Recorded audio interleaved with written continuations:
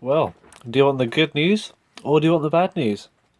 Well, I'm afraid there's only good news because it is working very, very well. That, where is it? There it is. That varnish and polish paint I put on there works very, very well. It is dried for a few hours. I put another layer as well on just to make sure it's secure, but look at this. It's running really, really well. So, I don't think we have any more time to waste. Let's go ahead and put this inside the case. Give a last focus look of the movement out in the open. I don't know if it'll keep time or not, I hope so. But have we squiffled anything? No, we're okay. Okay, good. Just making sure the hairspring was still straight. And yeah, other than that, I think we're all good to go. I don't know what we can do about that, to be honest. Maybe get a sticker, stick it on top or something. Maybe another time. I don't know. It just doesn't look good like that. You can't even make out the numbers. Yeah, I'll probably make up a little sticker and put that on. So you know what? I'm going to do that now.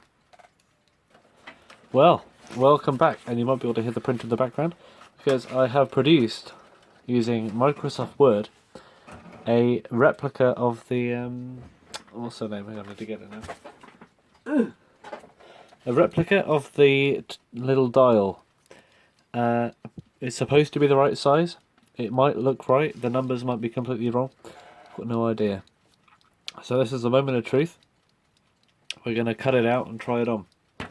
Now this here is sticky back paper, and I usually have a piece going around that has loads of other bits cut out of it, but I couldn't find that, and I could also not find my paper guillotine. So what I'm going to try and do is, to minimise the wastage, I'm going to cut around it so I can just guillotine off as close as possible and still have a printable piece of paper afterwards. So yeah, I probably should have gone in at a straighter angle to make the offcuts more usable, but oh well, it is done.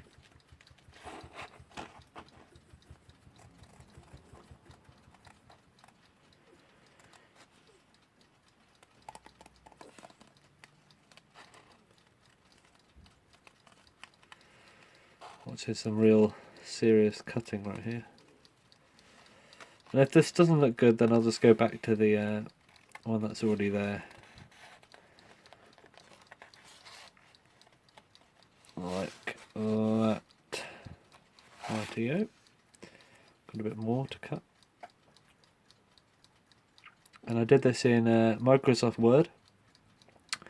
The lines are basically a load of 12-pointed stars. 4 12-pointed stars stacked on top of each other and angled a little bit so they make up the correct divisions. And the numbers are just text boxes rotated a little bit. And yeah, that's pretty much it. So let's try it. I wonder if I can match it up. It doesn't really matter whether I match up the orientation, but it would be nice. Will this work? Peel it.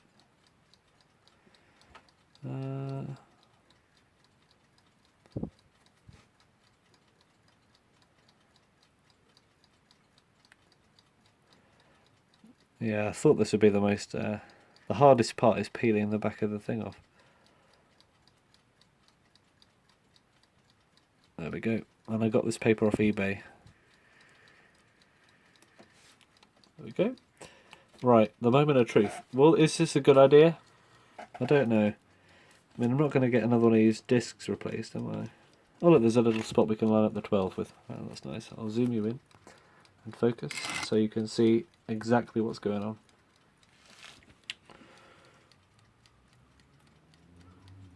It's a bit small. Measured it to be 17mm, but it might be a little bit more than that. There we go. Does that look okay? Well, does that look good behind the dial is the question. Speaking of dial, it has all been it's all been scanned and put up, and I put a tiny daub of superglue there and a superglue there. There's something else about it you might notice. wasn't that dial completely like faded? Because the tree was blue, the grass was white, and yeah, the leaves were all blue. It was all the yellow colour had faded out of it to make blue. So yeah, this is the more sort of risky out of the two things I've done here. That's the less risky one. The more risky one is using a yellow pen, this one, to colour in the faded parts, because yellow plus blue equals green, according to colour, and I've gone all over all the leaves to make them look green. I've also done the grass because that was completely white, and I think it looks better, but I can understand if people will not agree with what I did by drawing on a dial with a pen. However, in my preferences, I think a better looking clock is more important than a bad looking clock. And it's not a very significant clock either. It's, they're very common. Well, they're not very common, but they're common enough. They're collectible enough, and they are, cheap enough, really. So what I'm going to do is I'm just going to put this on, and oh yeah, the other thing I wanted to sort out before I put this in the case, may as well do that quick. It alarms it every time, so to adjust that, I'm just going to bend this down a little bit. Yeah, bending is a horologist's least favourite word, probably. So I'm no professional here, but sometimes you just got to bend stuff. Oh, I've done it too much.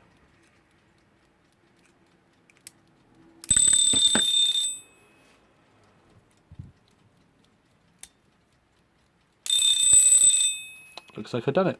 Maybe a tiny bit more because it was slightly on the edge of it. It's not going to ring, is it? No. Cool, we've done it. Right. Finally, it is reassembly time. So, put this on. Let's see how this all looks. Was that alarm indicator a terrible idea? It's a bit high, isn't it? That's the thing. Yeah, it's a little bit too big. So I will make it a bit smaller, because I'm not going to cut into the dial. I'm going to make it a little bit smaller, make it all slightly, shrunken down, and then I will print off another one and preferably waste a bit less paper this time. Right, label Mark 2, and what's remarkable is how I managed to print it on that little bit there. I've got no idea how I managed that, but I took a screenshot of my Word work, so I wouldn't have to rescale everything. So a little handy tip for you all. And hopefully this one being a little bit smaller will be better. And instead of removing the other one, I'm actually going to stick this onto my existing one, because the sort of minute lines will extend out a little bit, just in case it is in fact too small, and then it'll be showing underneath the faded one. And this is much more difficult to cut. And these numbers are quite small now, so you need good eyes, but luckily I have good eyes.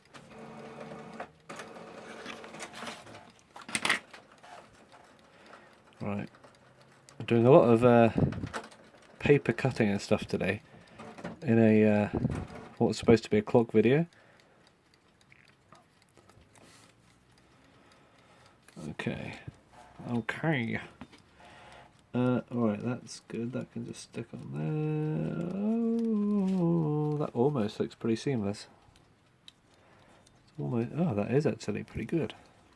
See, that's almost seamless. You can see a line, but hopefully that'll be covered up. Or will it? Where's my thing? Oh, there it is. Aha, we've done it. That actually looks pretty good. Time to set the alarm. And what's more, it's actually lined up with where it was. That doesn't really matter at all. But we know it's there. So, now we can proceed with what we were going to do. Starting with the affixation of the woody to the thing, which is actually, yeah, I'm going to do that. A little bit of super glue on there, tiniest amount, and just let that stay there, because you don't want a woody that sort of flops to one side. Oh no, it's doing the thing. It's doing the thing. Ah, I don't know, I wasn't expecting it to do the thing, but it's doing it. The thing is when super glue goes underneath the celluloid on a piece of celluloid or plastic covered paper. Maybe I will have to replace the woody. Who knows? Let's see how bad it turns out. Yeah, better than nothing, I guess, because it was unattached before. So this should be good enough to, yeah, because it's a plastic covered paper, it sticks much quicker than onto paper. But don't forget this washer, which I nearly forgot. I'm just going to do the hands first anyway.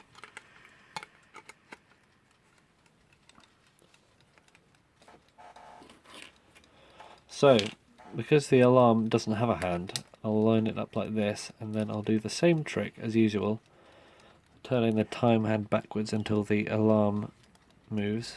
It's 8 o'clock, so I'll put that on 8.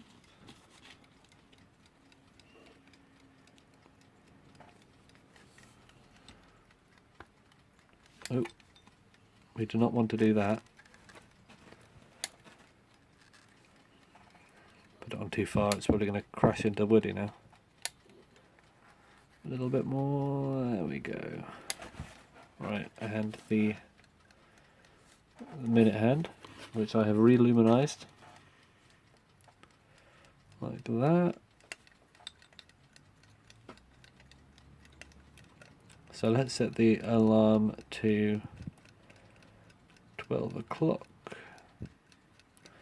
See how good I did of a job. Oh, well, the hour hand was fine, but the minute hand is way off.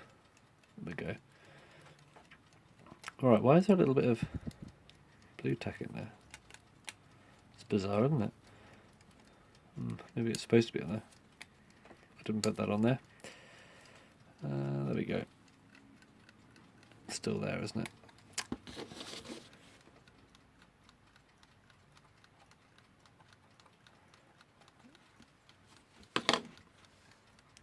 There we go. Right, are we ready to attach woody to the thing? Because I am.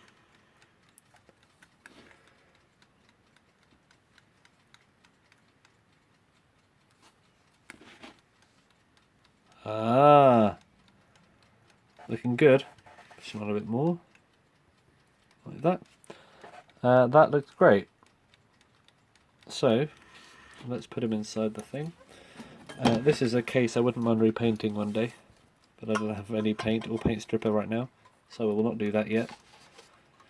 Also, I can't find the other key. I think I might have put it somewhere, I don't know. But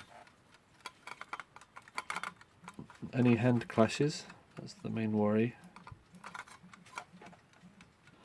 Right, a little bit of minor adjustment has been made to the hands and the woody and the stuff, and hopefully this time around it should not clash.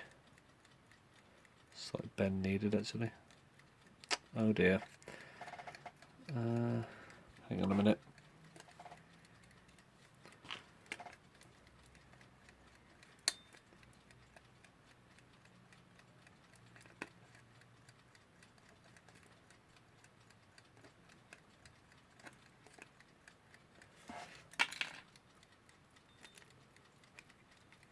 One second.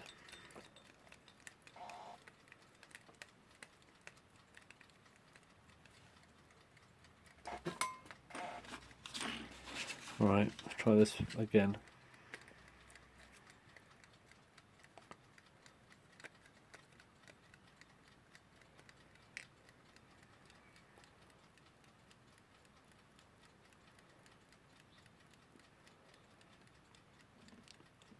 Okay, there we go. Now we should have no collisions, but just to make sure, I will go round again.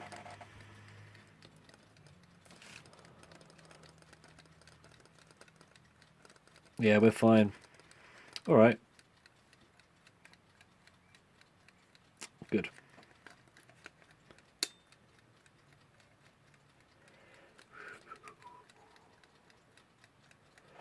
So, with that sorted out, I think we should put it back in. It's as easy as that.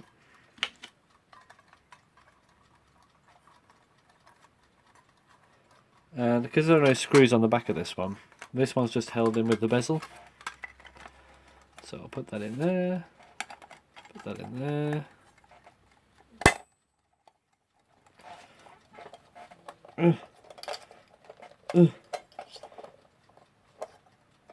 Hang on a minute, I'm trying to press this bezel in with my hands. Because they had bezel pressing machines, I think, back then.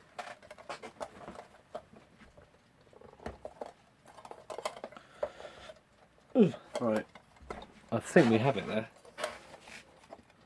So, what do you think? Slightly questionable stuff, I suppose, in terms of what the professionals might say. But yeah, I think it's worked out alright. Maybe I shouldn't have put so much yellow on the grass, but I think the leaves might have had a subtle improvement. And it works, which is the main thing, which it did not do before. So thanks for watching.